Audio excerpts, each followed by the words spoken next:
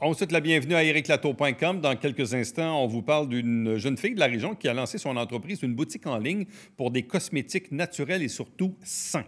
Mais d'abord, ça fait longtemps qu'on en parle, le vaisseau, l'étoile devient mobile. On parle de pédiatrie sociale, on en parle à l'instant avec Eric Christensen.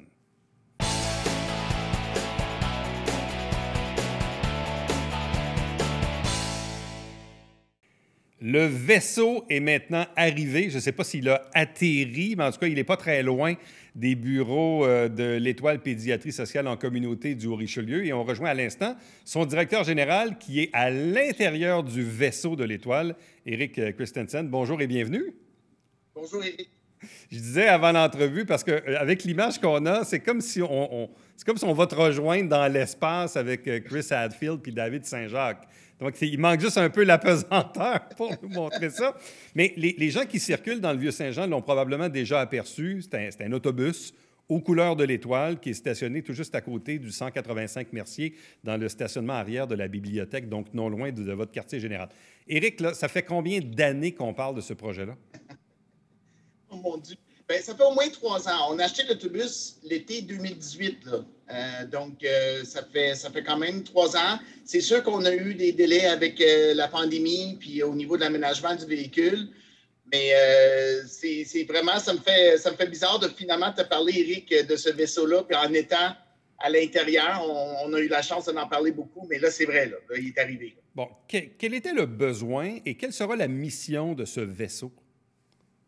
En fait, en travaillant avec la DPJ et les CPS, on s'est aperçu que les enfants qui vivent en contexte de grande vulnérabilité, ce n'est pas propre du Vieux-Saint-Jean seulement. Là. On a dans notre MRC des poches de vulnérabilité comme à Lacolle, à Saint-Georges-de-Clarenceville, un peu partout, en fait, dans notre MRC. Et donc, c'est impossible de faire abstraction à ça. Puis les enfants, peu importe le code postal, s'ils ont des besoins criants, bien, ils devraient être répondus. Mais ce n'est pas possible pour nous d'avoir des centres satellites un peu partout dans les coins où il y a les besoins.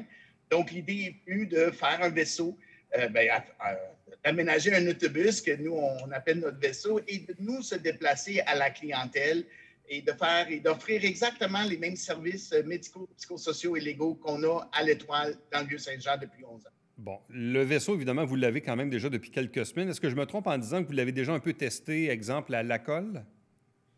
En fait, non. À Lacolle, on a un local Okay. à Lacolle que ça fait 1 an et demi qu'on exploite pour voir c'est quoi d'être dans une autre municipalité et de faire les liens avec les élus, avec l'école, les CPE et tout ça. Mais effectivement, par contre, on l'a testé ici parce qu'on veut voir au niveau de la distanciation, puis au niveau c'est quoi de travailler avec tous les normes qu'on connaît aujourd'hui dans un espace qui est quand même restreint. Donc, c'est sûr qu'on va faire une famille à la fois. Normalement, on pourrait avoir 2 familles à la fois dans le vaisseau, mais là, pour les besoins, on l'a testé et ça se fait quand même assez bien. Le vaisseau va être appelé à se promener où et quand? Le modèle qu'on veut utiliser, c'est sûr que, comme je vous dis, honnêtement, pour les 2 prochaines années, on va faire des tests. Là. Mais le modèle qu'on propose aux municipalités, c'est qu'on déplace le vaisseau, on va dire, disons, à Lacolle. On le laisse là pendant 3 semaines. On le stationne à côté d'un centre de loisirs. On le laisse là pendant 3 semaines. On fait nos rencontres. On rencontre les enfants. On a les examens médicaux et tout ça. Et après ça, on revient pour la 4e semaine ici à Saint-Jean pour vraiment boucler la boucle, s'assurer que toutes les prescriptions sont bien faites, s'assurer que les liens avec les spécialistes ont été faits. Et on est prêt à ce moment-là pour aller dans la prochaine région le mois d'après. Donc, on a ciblé 4 régions comme ça dans notre MRC qu'on va retourner aux 3 mois. Donc, là, on est à Lacolle à partir d'avril avec le vaisseau et on va retourner au mois d'octobre. Et on va retourner. Donc, on va être capable de faire un suivi quand même de 3 mois à la fois. Et outre Lacolle, quelles sont les 3 autres régions visées? On a Saint-Georges-de-Clarenceville. On a Iberville, qui est juste de l'autre côté du pont, mais pour notre clientèle, c'est comme vraiment, vraiment loin. Et on a un coin de Saint-Blaise aussi, là, qui nous reste à développer, par contre, là, qu'on n'a pas encore fait les liens définitifs. Bon, qu'est-ce que ça a demandé comme aménagement intérieur? À partir du moment où on achète un autobus, comme on dit en bon franglais, on le strip et on repart à zéro, j'imagine, mais qu'est-ce que vous vouliez à l'intérieur du bus en question? Ben, en fait, on voulait qu'il y ait deux parties dans l'autobus. Il y a une partie qui, nous, on appelle le milieu de vie, donc une place où ce que les psychoéducatrices vont pouvoir, toutes les psychosociales vont pouvoir rencontrer la clientèle, prendre des demandes de services, rencontrer les spécialistes. Donc, ça a l'air un peu plus comme un salon. C'est un peu où ce que je suis maintenant, avec un évier, frigidaire, micro-ondes, sofa et toute l'équipe. Et dans le côté arrière de l'autobus, c'est vraiment la clinique. Donc, avec une table médicale, tous les instruments médicaux sont là pour répondre aux besoins des médecins et des infirmières. Et donc, les examens médicaux vont se faire dans ce coin-là de l'autobus aussi. Mais le plus gros défi qu'on a eu vraiment pour l'autobus, et si jamais quelqu'un veut faire ce genre de projet, c'était l'autonomie du véhicule. D'être capable d'être stationné pendant 7 heures ou 8 heures dans la journée. Évidemment, on ne veut pas faire marcher le véhicule. Donc, l'électricité ne vient pas de l'alternateur. Le chauffage, l'air climatisé, ça prend quand même beaucoup d'autonomie au niveau énergétique. Et donc, c'est pour ça qu'on a beaucoup de batteries à bord qui sont bien dissimulées. On a 8 panneaux solaires également pour nous aider avec tout ce qui va être la climatisation pendant l'été. OK.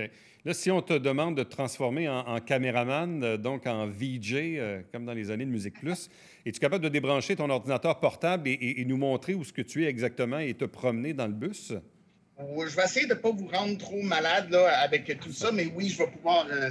Puis là, ben, je n'ai pas votre point de vue, mais si on regarde l'intérieur de l'autobus au niveau de l'aménagement, c'est important pour nous d'avoir un coin qu'on pouvait quand même faire. Un coin cafétéria avec lavabo et tout ça, là.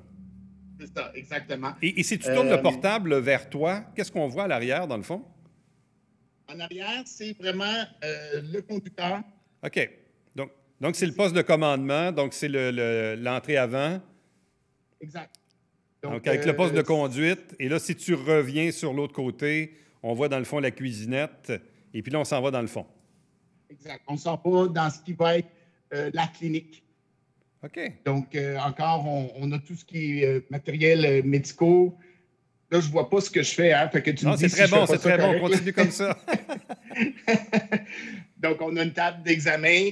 Et puis, ben, je pourrais quasiment mettre ça ici puis me joindre. Ça va? OK. Donc là, tu te trouves dans la salle d'examen, c'est ça? Là, je me trouve dans la salle d'examen. On a une table d'examen qui est ici. J'ai tout l'équipement aussi médical qui va être placé. Là, pour l'instant, on a besoin de l'aménager parce que le défi, c'est qu'il ne faut pas que ça bouge dans un autobus. Donc, on a des instruments qui vaut des milliers de dollars, là, bien sûr, pour les médecins. On doit trouver une façon pour que ça reste vraiment fixe dans l'autobus pendant le transport. Est-ce que ça a demandé des adaptations particulières? Parce que, dans le fond, c'est comme si on installait une salle d'examen, mais dans un bus.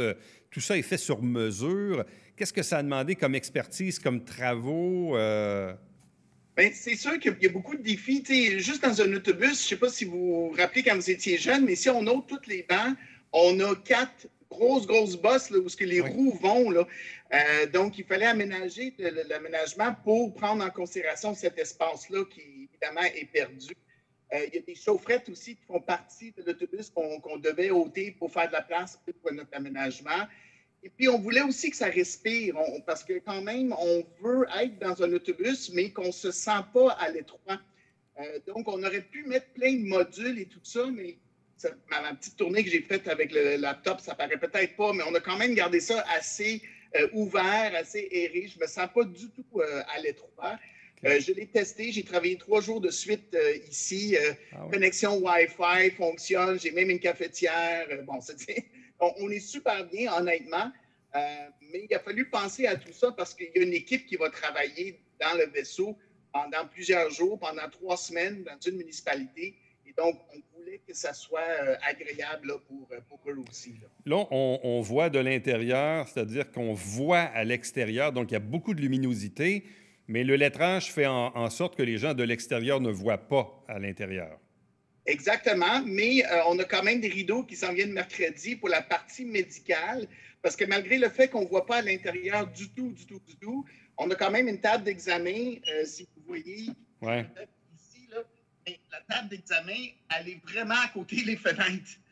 Donc, évidemment, là, à chaque rencontre médicale qu'on fait, on doit inspecter Ouais. et faire un examen des parties génitaux. Fait qu'il n'y a pas un enfant qui va vouloir se déshabiller sur la table si lui, il voit si bien à l'extérieur. Ouais, non, je peux comprendre le malaise de dire non, non, mais il ne te voit pas, mais ouais, je suis pas sûr, hein, non, c'est c'est ça. ça. C'est ça. Fait qu'il va y avoir des rideaux, là, justement, là, pour ça. Et OK. nous, on en a aussi, là, parce que, bon, quand il va y avoir des rencontres, là, si vous regardez ici, Ouais, on a ouais. des rideaux pour donner un peu d'intimité, parce que nos rencontres en pédiatrie sociale, comme tu sais, se fait avec les médecins, mais dans la pièce, il y a les parents, les intervenants, les partenaires aussi là, des écoles ou de la DPJ. Donc, il faut être capable de donner une certaine intimité à nos jeunes. Êtes-vous à même de... C'est difficile à quantifier, mais le bénéfice de la pédiatrie sociale, ce que ça va apporter, exemple, aux régions que vous allez rejoindre ultimement sur le bénéfice de ces enfants et de ces familles-là? C'est sûr. Quand on a fait des focus groups, d'ailleurs, comme à Lacolle ou à Clarenceville, une des demandes que les parents qu'on allait voir de cette clientèle-là disaient qu'ils n'ont pas accès à des services. Ils trouvent que Saint-Jean, c'est très loin ou qu'ils n'ont pas le transport. Donc, de pouvoir amener des services à eux, que ce soit autant au niveau médical ou psychosocial ou même les activités, parce qu'en bout de ligne, on veut que les gens voient le vaisseau dans la communauté, pas juste comme un hôpital roulante ou de la DPJ ou un danger de se faire ôter les enfants. On est là pour créer des moments avec les enfants, faire des activités. On va les mettre en lien avec nos musicothérapeutes, nos zoothérapeutes, nos art-thérapeutes. Ça va être vraiment un tout. Fait qu'on veut vraiment avoir une étoile, comme qu'on a dans le Vieux-Saint-Jean, mais nomade. Et puis, on veut aussi travailler beaucoup avec le côté nomade. On aime ça, cette idée-là de peut-être faire des rencontres à l'extérieur. On va avoir l'opportunité de faire des activités à l'extérieur de l'autobus, en été, bien sûr. Mais c'est une nouvelle aventure des nomades de l'Étoile qui s'en vont découvrir la MRC. Il nous reste une trentaine de secondes. Je vais te demander un dernier mouvement. Tu peux-tu aller vers l'extérieur, qu'on voit le bus de l'extérieur? Oui, certainement. Là, je vais me dépêcher pour vraiment pas... mais ils ont fait une très belle... très fière de ce que l'extérieur a l'air. Oui. Là, je suis au gros soleil. Ah, c'est pas grave. Avance encore un peu. Ouais, comme ça, on va bien le voir. Et voilà. Encore un peu. Et voilà. Wow! Donc, le voilà. Donc, il y a de la fierté, puis au travers de ça, il y a plein de donateurs qui ont contribué à ça, hein? Oui, définitivement. C'est sûr que là, on fait un lancement parce que vous le voyez, ce projet-là, fait qu'on veut que les gens, les Joannais qui nous ont supportés le voient. Mais on va avoir une conférence de presse aussi dès que le Parlement va être en arrêt parce qu'on a beaucoup de ministres qui venaient participer aussi et voir ce vaisseau-là. M. Carman, le ministre de la Famille. Okay. Donc, au début de l'été, au fin de printemps, là, on va pouvoir se reparler puis il va y avoir une autre visibilité. Mais la fierté x10, là, vraiment, là, on est content de voir un projet qui a commencé sur une napkin et qui est stationné maintenant en face de l'Étoile. On est vraiment, vraiment content. Bien, Éric, un gros merci. 10 sur 10 pour la qualité de caméraman. Merci beaucoup, Éric. Salut. Restez avec nous puisqu'au retour, on vous parle d'une jeune dame qui a lancé son entreprise de cosmétiques naturels.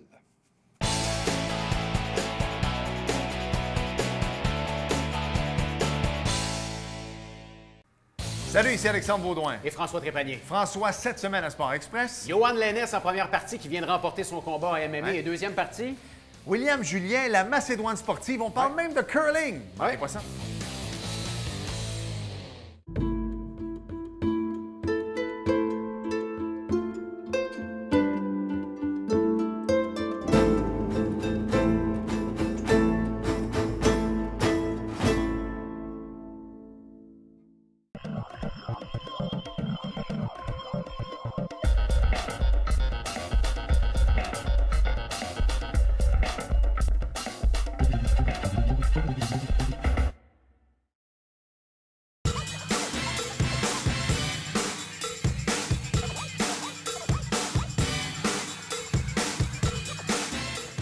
Dimanche, 9h30, Télé Bingo, on vous attend.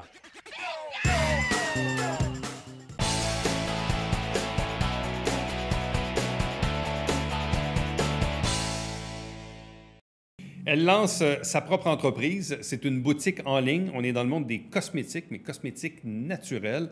Elle est avec nous, Sarah-Ève Papineau. Bonjour et bienvenue. Bonjour, merci de me recevoir. D'où vient ce désir de se lancer dans le monde des affaires? Ça fait longtemps, en fait. J'ai une famille d'entrepreneurs. Depuis l'université, je teste des logos, je teste des business possibles. Et là, j'ai vraiment trouvé ma voie de cette façon-là pour aider le plus possible en ce moment les clients. Et pourquoi une entreprise dans le monde des cosmétiques? Oui, en fait, c'est... Bon, j'ai été passionnée là, dès ma très jeune âge dans les cosmétiques. Je viens aussi d'une famille qui est assez naturelle. Donc, mon côté sain aussi était très développé. Mais en fait, ce que je me suis rendu compte, bien, en fait, j'ai étudié en chimie spécialisée en cosmétique à Québec, à l'université.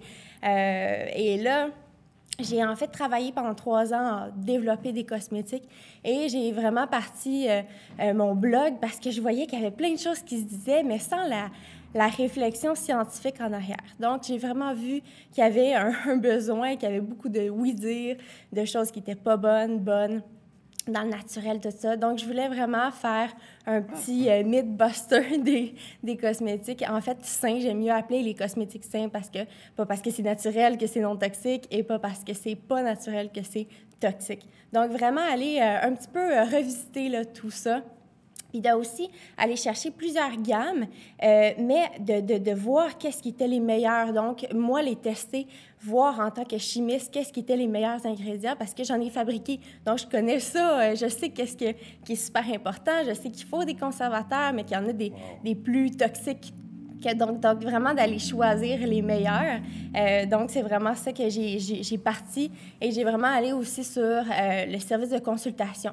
Parce que c'est beau de connaître une belle compagnie, mais si on ne sait pas si c'est bien adapté à son type de peau, bien là, on risque de faire des faux pas, d'acheter des cosmétiques pour rien et d'être déçu en fin de compte et d'avoir des imperfections à la fin. Donc tu voulais devenir entrepreneur? Oui. Entrepreneur dans le domaine des cosmétiques, parce que visiblement, c'est un domaine qui te parle, que tu connais. Oui. Tu as des formations aussi en lien avec ce genre d'entreprise-là. Puis à quel moment vraiment ça a pris forme entre y penser, dire « oui, je veux ça dans la vie », puis dire « là, je m'y mets », puis qu'il y a des produits sur la table devant moi. Qu'est-ce qui s'est passé entre les deux pour qu'on arrive à ça? Oui, en fait, j'ai fait le cours de lancement d'entreprise qui se donne au CAEHM, juste ici. Le Centre d'aide aux entreprises Haute-Montérégie. C'est ça, exactement. Et là, je me rappelle, on était en août et il fallait que je me décide. J'avais plusieurs projets en tête, mais je savais qu'il y avait plus certains que je demandais la maturité, si on veut dire. Donc là, je me suis dit, OK, je me décide, je trouve un nom et c'est vraiment ça, parce que c'est ça, je voyais, il y avait plein de compagnies qui se créaient, plein de nouveaux cosmétiques, mais il y avait personne qui faisait le tri dans toutes ces compagnies-là. Donc, c'est vraiment là que j'ai été chercher ma voie dans qu'est-ce qui manquait du triage, dans le fond. Bon, tu as appelé ça anthologie. Oui. Pourquoi? En fait, je voulais que ça soit une sonorité, le fun, assez haut de gamme aussi, classique. Je suis quelqu'un de très classique, donc, mais aussi parce que ça veut dire un recueil d'œuvres littéraires. Mais moi, je voulais le tourner dans un recueil de produits cosmétiques sains pour la peau. Donc, vraiment d'aller, quand on va sur ce site-là, tout ce qui est là, c'est bon. Et anthos, du latin, ça veut dire fleur. Et donc, avec les produits, presque tous contiennent des extraits de fleurs. Donc, j'ai été chercher avec ce petit twist-là le côté anthologie et logie qui est la science. Qu'est-ce qui caractérise un cosmétique dit naturel, dans le fond? Qu'est-ce qu'il y a ou qu'est-ce qu'il n'y a pas dans le produit qui fait qu'il est naturel? Oui, en fait, c'est pour ça aussi, ça va être important vraiment d'aller dans plus aussi toute la conception, mais saine, plus que naturelle. Pourquoi? Parce que beaucoup de cosmétiques vont être dits naturels parce qu'il y a plein de plastique en termes très simplifiés, là, avec un petit extrait de fleurs. Ils vont dire que c'est naturel. Mais quand on parle vraiment de produits qui est sain de A à Z, ça veut dire que, premièrement, pour notre corps, c'est sans danger, mais aussi quand c'est dans les eaux, quand c'est dans les océans, il n'y a pas de microplastiques que les poissons ingurgitent et qu'après ça, en fait, on les mange. Donc, c'est là vraiment cette échelle-là de naturalité, un peu de sain, qui fait que ça va être vraiment important de diviser les cosmétiques qui vont être seulement dits naturels ou seulement vraiment 100% clean, là, donc sain. Aimes-tu mieux la terminologie sain que naturel? Beaucoup plus. T'aimes mieux qu'on dise cosmétique sain que cosmétique naturel? Ouais? Oui, parce que si on prend l'exemple de la vitamine C, qui est ma préférée, mon exemple préféré, c'est une super beau un ingrédient pour les taches pigmentaires, pour éliminer le teint. Mais si on prendrait des oranges pour fabriquer de la vitamine C, on n'aurait plus de champ. On aurait de la monoculture partout sur la planète. On n'aurait pas assez de terre pour en cultiver. Donc, qu'est-ce qu'on fait? C'est qu'on prend le sucre, on le fabrique d'une façon qui peut être vraiment sans danger pour la planète. On le synthétise, donc c'est un élément qui est synthétique, mais pourtant qui est sans danger sur le corps et qui est encore moins dommageable pour la planète parce qu'il est synthétique et non tiré de l'orange. Donc, c'est pour ça qu'il y a quand même une certaine perspective à avoir au naturel. J'aime travailler avec les huiles essentielles, mais c'est encore là, c'est naturel, mais ça peut être assez difficile là, pour les femmes enceintes, pour ceux qui ont les peaux sensibles. Donc, il y a vraiment un aspect là, à traiter. Bon, la boutique en ligne est bien à ontologiebotanique.com. Exactement. Donc, il y a le mot botanique là, dans ton nom de domaine. Pourquoi? Oui, c'est ça. En fait, je voulais amener un petit peu ontologie qui peut peut-être plus comprendre que c'est des livres à cause que c'est une œuvre littéraire. Fait que je voulais amener le petit côté botanique que, en fait, tous les produits sont faits à base un peu de plantes. Là. On parle des huiles, on parle des extraits, donc toutes aussi les poudres. Donc, ça va être vraiment ça qu'on va aller chercher avec le botanique. Ontologiebotanique.com, c'est la boutique en ligne. Une fois qu'on est dans la boutique, qu'est-ce qu'on retrouve comme produit? On retrouve en fait des gammes là, Bon, il y a des québécoises, des gammes québécoises, mais il y a aussi des gammes, par exemple, de la Nouvelle-Zélande. J'ai vraiment été chercher qu'est-ce qu'on retrouve, pas nécessairement dans tous les magasins, mais c'est juste que c'est tous mes préférés. Donc, on va jamais avoir toute la gamme parce que j'ai été cibler exactement les meilleurs vendeurs de chaque gamme pour vraiment pas que quand on arrive, qu'on est dépassé par les 40 000 choix, que si on voit, bon, il y a 2 choix de crème, est-ce que c'est pour les peaux sèches? Est-ce que c'est pour les peaux grasses? Si c'est peaux grasses, tu as juste un choix. Mais dans le fond, les produits que tu mets en ligne dans la boutique sont des produits que tu as testés, sur lesquels tu as effectué des recherches pour s'assurer que ce soit en lien avec ce que tu veux, là, exactement. Exactement, c'est ça. Donc, j'ai vraiment autant l'entreprise, c'est quoi leur valeur. Souvent, ça va être des contenants qui vont être en verre, donc recyclables. Même les boîtes, c'est fait en boîte recyclable. Tout ça là, est dans une optique de 100% avec les visions de l'entreprise qui est efficacité, environnement, simplicité. Donc, il faut comprendre, donc tu ne fabriques pas de cosmétiques, tu distribues des Exactement. cosmétiques via une boutique en ligne. Prenons l'exemple des quelques produits que tu as amenés ici sur la table là, aujourd'hui. Qu'est-ce que c'est comme produit? Oui, on a la Beauté Divine, qui est un nettoyant en huile. Donc, Corpa Flora, qui est une compagnie québécoise qui spécialise vraiment dans les huiles. Et ce démaquillant-là, en fait, c'est une huile qu'on met sur la peau sèche, mais quand on rajoute de l'eau, ça devient un lait. Donc, bon, peut-être que vous en utilisez un petit peu moins, mais le problème avec les huiles démaquillantes, c'est que ça reste très gras. Donc là, le fait que ça se transforme en lait, honnêtement, ce que je vends, après ça, les clients sont là. Ça a changé ma vie parce que ça démaquille super bien. Ensuite, on a le nettoyant Fresh de Skin Essence, qui est une compagnie en Ontario, qui a des huiles essentielles qui vont être antibactériennes. Donc, pour tout, justement, le masque-nez, là, qui est de l'acné du masque. Donc, ça va vraiment aider à réduire cela. Ensuite de ça, on a la compagnie qui est Antipode, qui est un petit peu mon favori. Là. Vraiment, tous leurs produits sont vraiment de belle qualité. On a le contour des yeux et on a la crème, donc qui est très léger pour les peaux sensibles. Il y a vraiment des beaux ingrédients, en fait. Ils travaillent beaucoup avec le raisin de la Nouvelle-Zélande. Okay. Et finalement, on a Bioéternel, qui est le masque détox. Encore une fois, bon, j'ai une peau grasse, donc... Ça, c'est fait ici, ça? Oui, c'est ça. C'est juste sur la rue Richelieu. Donc, celui-là, là, encore une fois, pour le masque-nez, là, c'est vraiment incroyable. Donc, c'est vraiment mes favoris que j'ai amenés, mais j'en ai beaucoup d'autres. Qui dit boutique en ligne dit clients qui viennent d'un peu partout. Dans le Oui. fond, il n'y a pas de limite territoriale. Exactement. Là, ça fait combien de temps que c'est en ligne? En fait, ça fait depuis décembre, là. Ça fait longtemps OK. que je prépare le projet, mais Ouais. ça fait depuis décembre que c'est ouvert au public. OK. Puis à date, c'est quoi la réponse? À date, les gens, en fait, il y a un quiz. Je vous invite, c'est gratuit, là. Il y a un quiz à faire sur le site Internet pour savoir c'est quoi notre type de peau. Et souvent, les gens sont surpris parce qu'ils ne pensent pas qu'ils ont la peau grasse. Donc, il y a quand même une certaine éducation que je fais au travers, soit du site Internet, des réseaux sociaux, parce que, dans le fond, les gens sont surpris, soit par les produits, soit par leur type de peau, soit parce qu'ils utilisent un mauvais produit. Donc, c'est beaucoup vers là, je dirais, la réponse est de l'éducation beaucoup. Et ton ambition avec ça, c'est de faire quoi? D'aller loin.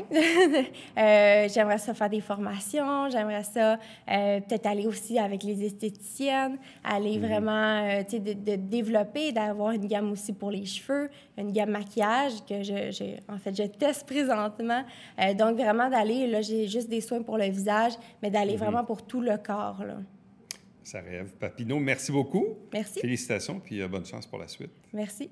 Reste avec nous. Au retour, le mot de la fin.